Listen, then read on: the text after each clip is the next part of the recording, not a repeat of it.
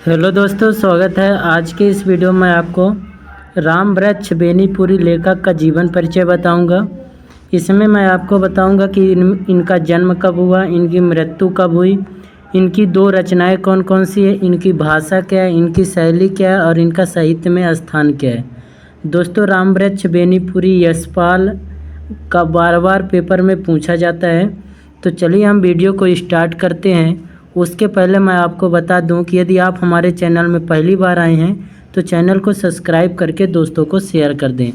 दोस्तों, राम वृक्ष बेनीपुरी का जो है जन्म 1899 में हुआ था और इनकी जो मृत्यु है 1968 में हुई। और इनकी दो रचनाएं जो है अम्बपाली, माटी की मूर्तें। दोस्तों, राम वृक्ष बेनीपुरी की दो रचनाएं याद कर लें। जन्म मृत्यु तो नहीं पूछा जाता, पर दो रचनाएं याद कर लें, अम्बपाली और माटी की मूर्तें। फिर दोस्तों, इनका भाषा क्या है, इनकी भाषा देखेंगे कि पहली है कि भाषा एक व्यवहारिक है। राम वृक्ष बेनीपुरी की जो भाषा है व्यवहारिक है। दूसरी जो भाषा है सरल, सुबोधता और सजीवता है। फिर तीसरी भाषा देखेंगे तो मुहावरों और कहावतों की भाषा है। दोस्तों, भाषा आपको समझ में आ गया होगा। अब आगे देखेंगे कि इनकी शैली क्या है। दोस्तों, शैली में पहला नंबर है कि रेखा चित्र शैली का प्रयोग हुआ। दोस्तों, पहला नंबर है कि रेखा चित्र शैली का प्रयोग हुआ। और दूसरा नंबर है ग्रामीण संस्कृति का प्रयोग हुआ। तीसरी शैली जो है भाषा शैली जो है सरल, सहज और चित्रात्मक है।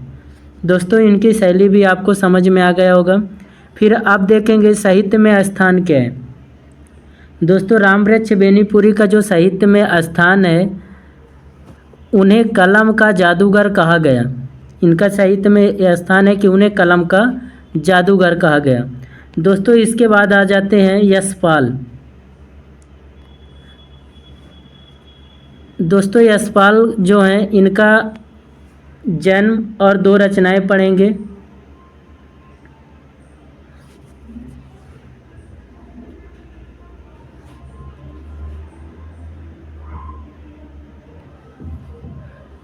यशपाल लेखक का जन्म और दो रचनाएं। तो दोस्तों, जो इनकी दो रचनाएं हैं पिंजड़े की उड़ान, दूसरा अमिता, तीसरा है दिव्या, मेरी तेरी उसकी बात और लखनवी अंदाज। तो इनमें से दो याद कर लें दोस्तों, जो आपसे हो जाए कि पिंजड़े की उड़ान हो गया, अमिता हो गया, दिव्या मेरी तेरी उसकी बात। फिर इनकी हम भाषा की बात करें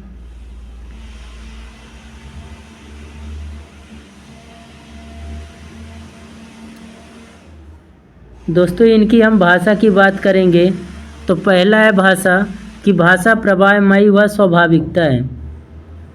पहला है दोस्तों भाषा प्रवाहमयी और स्वाभाविकता है। दूसरी जो भाषा है तस्मत् तद्भव विदेशी भाषा है। तीसरी भाषा का जो उन्होंने प्रयोग किया मुहावरे लोकोक्ति का सटीक प्रयोग किया है और अपने ही भाषा में चमत्कार तथा प्रभावशीलता युक्त भाषा का प्रयोग किया।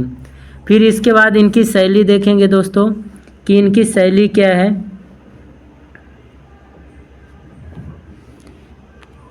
शैली में पहला नंबर है कि सरल, सहज व प्रवाहमयी भाषा का प्रयोग किया गया, इनकी शैली है। और दूसरी शैली है दोस्तों तत्सम शब्द, विदेशी, देशज शब्द का प्रयोग किया। फिर इनकी देखेंगे साहित्य में स्थान क्या है।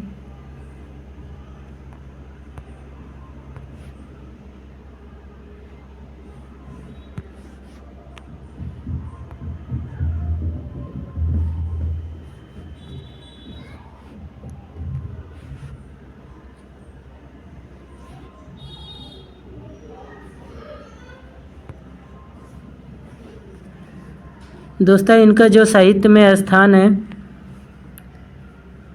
कि सामाजिक यथार्थ का चित्रण एवं हिंदी के कथा साहित्य में विशेष योगदान है।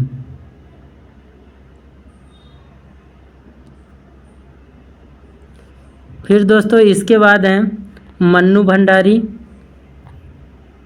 4 लेखक का आपको जीवन परिचय पढ़ना था। चौथा है मन्नू भंडारी और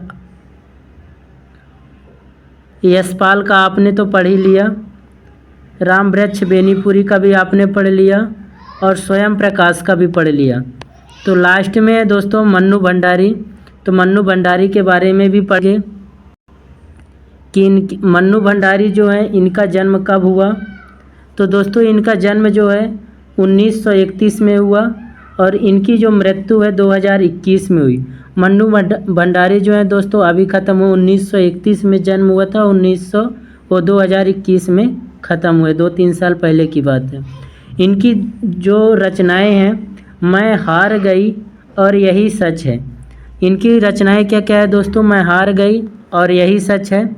इनकी जो भाषा की हम बात करेंगे दोस्तों, ये भाषा है कि पहला भाषा में जो है बोल चाल व व्यवहारिक भाषा का प्रयोग किया इन्होंने।